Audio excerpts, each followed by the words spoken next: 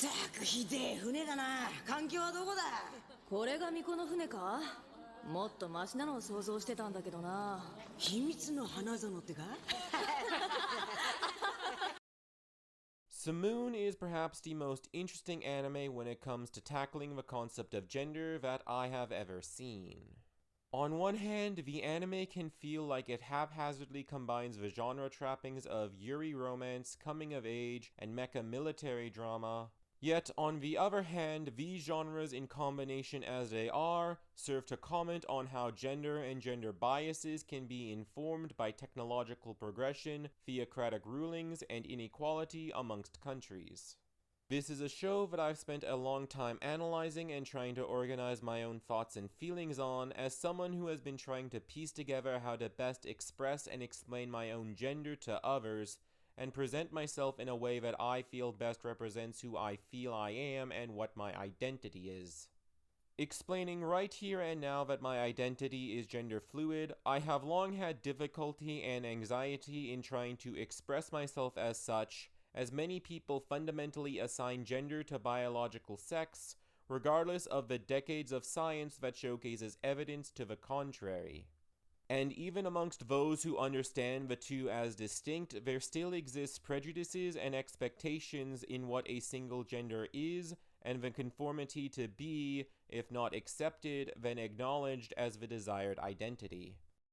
Simoun is the quintessential Pride Month anime. While you don't really need a reason to seek out and watch an anime about the diversities of gender and orientation, Pride Month will be the time when many are more likely to be looking for one and paying attention to the rainbow climate around them. Thus, as a show that aims to directly tackle these prejudices, ones that we are likely unconscious of, Simoun feels like it fits the spirit of Pride Month better than any other. The ideas of pure, untainted maidens, strong men, forbidden romance, the fetishization of all of the above, and even the sexualization of the teenaged cast are used to infer and comment on gender as a social construct that one conforms to.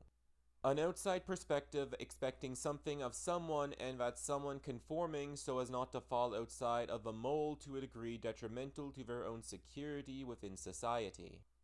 The series opens with teenage girls kissing each other to activate their divinely ordained flying weapons of mass destruction while being watched from afar by men in shadows who exert power and influence over and through these girls. A small microcosm example of the patriarchal oppression that reflects our own, and similarly demands a sense of conformity in the youth by restricting job opportunities and helping to enforce preconceived notions of which gender belongs to which biological sex. In episode 2, when two of the Sibella go to visit the spring in order to choose which biological sex, we further see the divide between the self and the collective.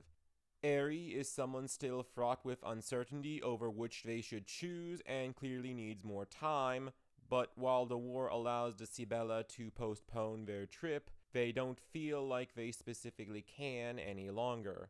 Still uncertain and unable to decide which they should choose, the choice is taken away by them by either an abstract higher power or their uncertainty manifesting as just going with the perceived default as man while in the spring.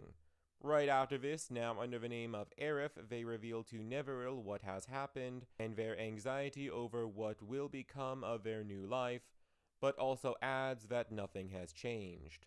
Aerith breaking down crying after going to the spring is one of the scenes from this series that has stuck with me the longest, and is a good contrast to the ending, where all of the characters are able to choose what they want to be, most of which subvert the gendered biases that they had long been characterized in, or that the series had long spent time building up as the shackles that held them back from happiness.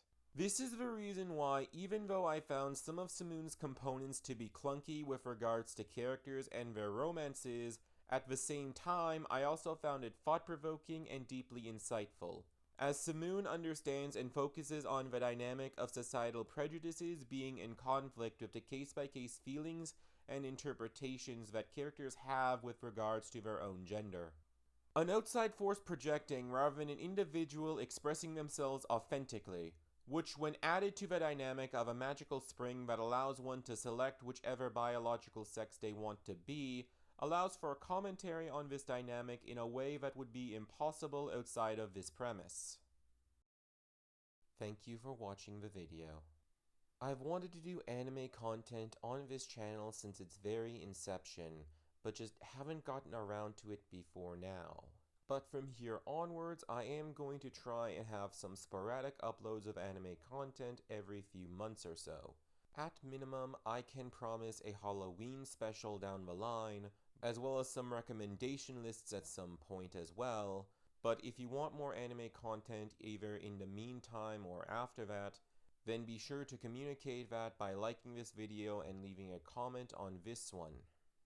As for which comment, I'd like to know what other Pride Month anime you think would actually embody the spirit of Pride Month, rather than just being an LGBT plus anime that could be watched at any point in the year, without it feeling like a seasonal thing. While I may not have much anime content on this channel, I do have Persona content, which I know a lot of anime fans like, as well as content from the wider SMT series for you to check out if you are so interested. Until next time, happy Pride Month everybody!